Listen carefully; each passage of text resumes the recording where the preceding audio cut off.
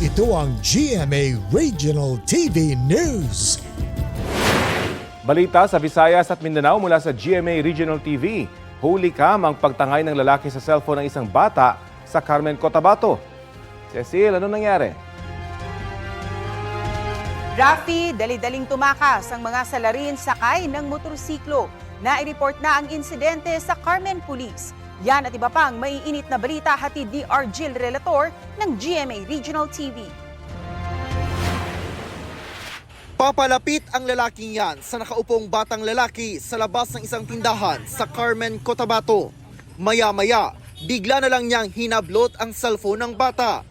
Dali-daling umangkas ang salarin sa motorsiklong minamaneho ng kanyang kasabwat at tumakas.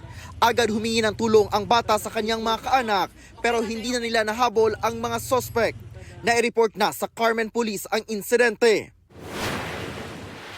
Kuha yan sa isang coffee shop sa Bacolod City. Ang isang lalaki nasa counter habang hinihinalang kasabot niya ay kapapasok lang. Kinuha ng lalaki ang cellphone sa counter. Nasa kusina noon ang dalawang bantay ng tindahan. Nabisto lang nila ang pagnanakaw nang tumigil ang tugtog sa shop.